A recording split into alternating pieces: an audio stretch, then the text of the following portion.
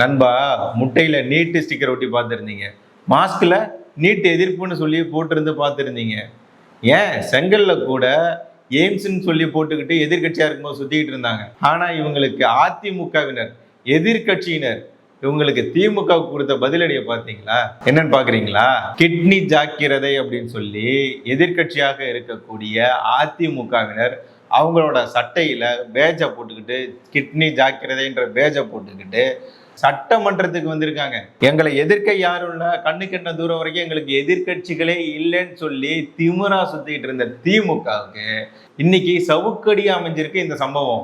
உயர் நீதிமன்றம் இல்ல, உச்ச நீதிமன்றம் வரைக்கும் போனவங்க இவங்க திமுக. இந்த கிட்னி திருட்டுக்கு அமைக்கக்கூடிய சிறப்பு புலனாய்வு குழுவுக்கு நாங்க திமுக அரசாங்கம் நியமிக்கக்கூடிய அதிகாரிகளை தான் அதுல தேர்வு செய்யணும் அப்படின்னு சொல்லி இவங்க உயர்நீதிமன்றத்தில் சொன்னாங்க, கேட்டுக்கிட்டாங்க, ஒன்றும் நடக்கல, அனுமதி கொடுக்கல.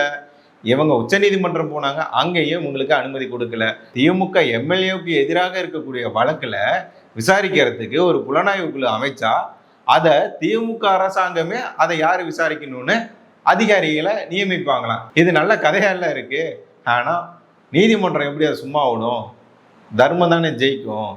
அதனாலதான் இல்லப்பா, இதை நாங்க அனுமதிக்க முடியாதுன்னு சொல்லிட்டாங்க. அதற்கேற்ற போல இங்கேயும் இவங்க கிட்னி ஜாக்கிரதைன்னு பேஜ போட்டிருக்காங்க. இது சும்மா மாசா இருக்கு.